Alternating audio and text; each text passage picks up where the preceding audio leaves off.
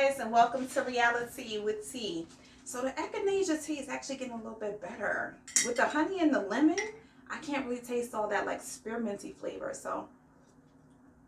And yes, I drink my tea like a baby. Because I used to think that it was so hot and I would drink it with a spoon, and like I still like to do it like that. But I don't do that in public so often. Okay.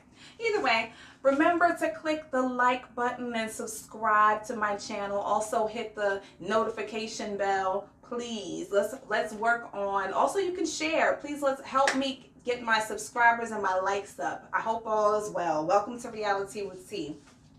So, I want to talk about 90 Day Fiance. Oh my goodness, did I just lose my notes? Okay, Andrew and Amira. Before this, I rarely talked about them because I thought they were so boring.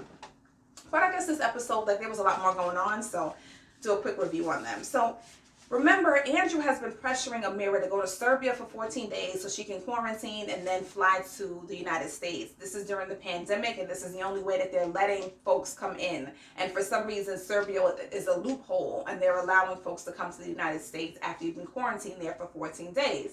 The gag is she has to go over there and be by herself for 14 days. Like in Mexico, where she got detained, remember, he went over there to meet her, and they were going to spend the 14 days together. But now, for some reason, of course, he isn't flying all the way to Serbia, but he's expecting her to do so, even though she's afraid and she's traumatized by being detained in Mexico. He's asking her to do so by herself. Now, she's been back and forth about going. Her father told her, do not go. I think her father said, listen, if you do this, I don't want anything to do with you. You know what I mean? But either way, she, for some reason, I guess she's so in love and wants to get to the United States so bad. Remember, she's coming from France, that she decides that she's going to Serbia. And then he decides to tell her, you're so brave. This is so brave of you. And it just sounds so condescending. Like, it's manipulative. You have been pressuring her, manipulating her, that if she doesn't go to Serbia, you don't know, you're going to be upset. You don't know if this relationship is going to move forward, the whole thing. So pretty much you're pressuring her to go. It's unsafe for her to go by herself. And then to be like, you're so brave. Like, I'm doing this for you. Like, I just found it to be so condescending, and I'm really over him. So, she says she feels like she doesn't have a choice because Andrew has been pressuring her. And you can see her just bawling on the way to the airport because she's afraid to go. And she's also afraid of being detained again. So, she says she's disappointed her family and friends because everybody told her not to go. She gave up her studies. I guess she was in school. She's sacrificing everything to come over here to the United States to be with Andrew. So there has to be something else that she wants, because it cannot be just Andrew that she wants to come over here to. And so she's like, and he doesn't understand. He doesn't understand what she has to go through. He has not been detained. He doesn't know what she's been through for those 3, 4, 5 days that she was detained in Mexico and then sent back to France. And now you're asking her to do it again with the same possibility, but this time a possibility of being detained in Serbia. Nobody knows what that looks like. You know what I mean? So, we see her. And mind you, I'm reviewing the last episode and then the most recent episode. We see her this episode where, like, she is in a hotel, and the hotel is quite ghetto. You see her walking through, there's graffiti everywhere outside. The hotel doesn't look like it's anything to write home about. Just the hotel doors, like there's like 2 doors that close, and you look like, I'm scared of elevators. I wouldn't even want to be in that type of elevator, right? And so she can't get any food in the hotel because there's no room service due to COVID. So everything, and I remember like that first week of the pandemic, we went to a hotel, and that was just over in Jersey during the pandemic. And it was a hotel that serves breakfast. All that stuff was shut down. You weren't getting any breakfast. You had to get your food by 6 o'clock. There was nothing available. So imagine being in Serbia. And so there was rioting outside the hotel. The police sirens are going on all night. She can't get any sleep. You feel unsafe. When you go outside, like you literally see people like rioting, like hitting each other, like fighting. Like it looks crazy. And he sent her there by herself. So it's just and then, after a few days, she's like, okay, Andrew's barely reaching out to me. He's not even contacting me. I'm over here by myself, lonely in this hotel. I have to leave the hotel in order to eat and get food, which is a scary, unsafe situation for me. And he's barely calling me to check on me. So I'm sure she's having doubts and second thoughts, like, why did I even do this against my better judgment? And sweetheart, I just need to tell her, whenever you have that gut feeling and everybody around you saying the same thing, maybe you need to take a pause and listen, because there's a reason why people are telling you not to do or to do some of the things that you're doing, right? And you also need to follow your gut. You knew this wasn't a good. He is all the way over here in the United States chilling, the same way he was chilling in Mexico when you couldn't make it there and you were detained. There's no way. So, you know, he says that he was so busy because it seems like he has a daycare in his house. I'm so confused. I'm like, who would leave their kids with this man? I wouldn't. Like, he's unshaven. He's greasy as hell. Like, he looks like, he doesn't look like anybody I would want to, like, leave my kids with. Like, he doesn't even look child friendly. You know what I mean? And it has nothing to do with being male or female. He just doesn't even look fit to be, you know, are you sitting on the floor reading to my kids, doing puzzles, blowing bubbles? He doesn't seem like that type of a person. I'm just confused about this whole thing. So, you know, one day we do see him call her, or either she calls him, and he says, you know, I think it's my duty to get her excited, to know that there's a light at the end of the tunnel. Let me get her excited about all the things we're gonna do when she comes to the United States. And there goes my earring. Okay, I tried to be cute for this, but let me just take these big heavy earrings out because obviously it didn't want to stay in my ear. Okay, so, you know, he says, you know, when you get to America, I'm going to take you camping.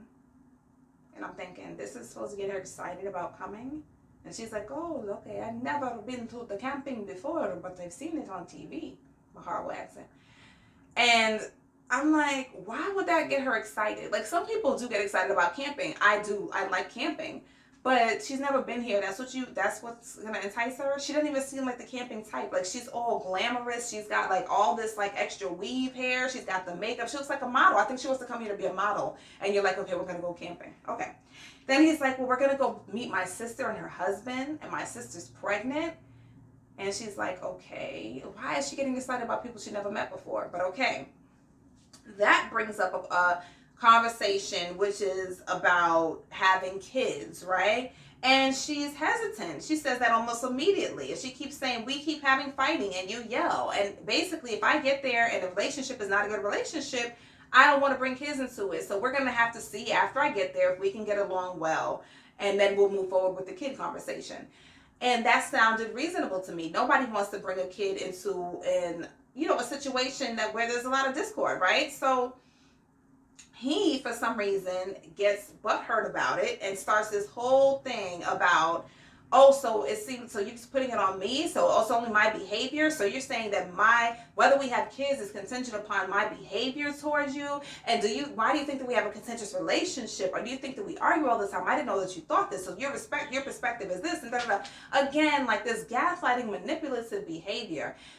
Why did you even take it that way? She didn't even go there with you. She didn't take it that way. Number one, why are you even having this conversation right now? She is in the middle of riots and whatever type of war situation she's in right now by herself in freaking Serbia, and you want to bring up kids. First of all, I'm trying to think about when I get off that flight, not punching you in the eye because you put me through this situation, and you want to talk about kids? First of all, I want to see if you are responsible enough to take care of some of my kids. If you are attentive enough, if you take care of me enough, because right now you're not taking care of me, you're not being attentive to me, you're not worried about me. Why would I bring kids into the situation? And if you guys are fighting and all this kind of stuff, you do need to spend time together in real time, in real life, to see if you guys can get along before you bring kids into the conversation. I didn't think that what she said was so unreasonable, but he spins it and turns it the other way. Try to make her feel bad for making him feel bad that I guess he took it like she doesn't think he's fit to be a good father. And that had nothing to do with what she said. So, I just find him to be very manipulative. He pressures her. I don't even think that was a time for that kind of conversation. And, when he ends it with like, well, I hope that when you get here, you think our relationship is good enough for kids. Like, that was just so unnecessary. Like, you need to be figuring out how to get her from where she is safely and, call it a day. So, then we see her, and then, at the end, he also says, like, maybe kids aren't in my path. Nobody said that. Like, we don't even know how you guys are going to get along when she gets here. Like, relax, calm down, it's okay, And so we see that Amira, at the end of it, he says she doesn't get on the flight. We don't know what that's about. Maybe she didn't get on the flight because it was canceled, but of course he turns like a anthill into like a mountain, but it's like she didn't get on the flight. Is she not coming? Did she decide to go back to France? Like, what is it? I would think that if she spent 14 days in Serbia, that just like the celebrity talk guy, I watch his YouTube as well. Like give America a try. You know what I mean? Like just give it a try. You have 90 days. If you don't like it, you can go home, but don't go through all that and then not even come here. Like at least just test it out. But I don't know. We'll see. We'll see what they come up with. Either way, like, comment, subscribe. Let me know what you think. And we will meet again next week. Talk to you soon. Oh, next I'm going to do another 90-Day Fiance couple. And it will most likely be Stephanie and Harris because they are bringing the tea. So look out for that one, okay? Thank you. Bye-bye.